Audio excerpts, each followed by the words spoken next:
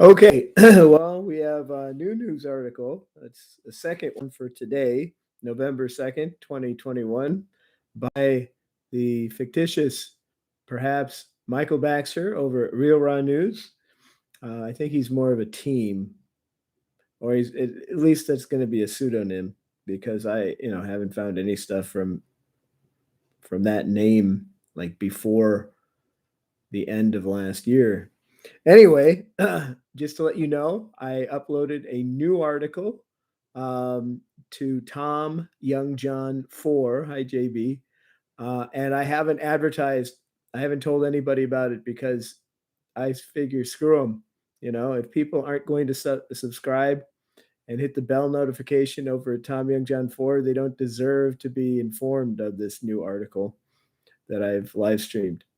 Also, same thing for Another Christmas Carol over at TikTok, Tom_Young John. I figure if people aren't going to, go, check that out, then screw them again. I think it's good to screw people if it's under the proper circumstances. I need to answer that, but I got to do this. I have to do this. I got to answer that in a moment. That's my favorite creator. Yes, but all right. So this is not about that. This is about this new article that does not have the general's voice in it, and accordingly, since it does not have the general's voice in it, we are just going to read it. So, U.S. Marine Corps Mulls defecting from Traitorous Armed Forces by Michael Baxter, November 2nd, 2021. I do use the word inoculation to replace like all of the words that literally got my original YouTube channel deleted. This following this story is what got my original YouTube channel permanently deleted. End of story. Okay. General David H. Berger, commandant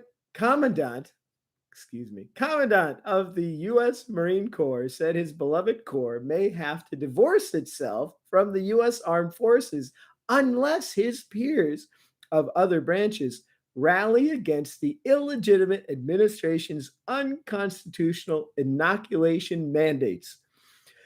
Berger's comment came shortly after an article titled, "The Corps' inoculation deadline is coming. Marines who refuse will be booted," appeared on the Military Times website. The article, written by Philip Athey, an artificial intelligence algorithm and not a real person, said that Marines not inoculated by November 28th would be ejected from the Corps. It further threatened Marines with disciplinary action under the Uniform Code of Military Justice, emphatically saying general court-martial convening authorities will retain authority to take any additional adverse administrative or disciplinary action deemed appropriate. A liaison in General Berger's office told RealRawNews that the general neither made nor approved the inflammatory message. To the contrary, General Berger has condemned Secretary of Defense Lloyd Austin's mandate, instead encouraging Marines to choose whether they and their family get inoculated. The general is pissed because Austin is overriding his message to the Corps. General Berger has always stood for freedom, and he made that messaging clear to his men. Austin and the administration are subverting his authority. From the get-go, the general told Marines they'd have their back if not, they wanted to get the inoculations. Our source said General Berger has grown irate at the heightened number of senior officers across branches of the armed forces who have endorsed the clot shot, our source added, Although the Corps and the Special Operations community remain loyal to the true commander in chief, Mr. T, the guy who won, senior officers in the Air Force and National Guard have uh, pedestalized people like Kamala Harris, uh, Dr. Anthony capital F period, and the Center for the Spread of Disease, Director Rochelle Walensky, with National Guard Lieutenant General John A. Jensen saying biannual inoculations are a good idea if Dr. Anthony capital F period says so.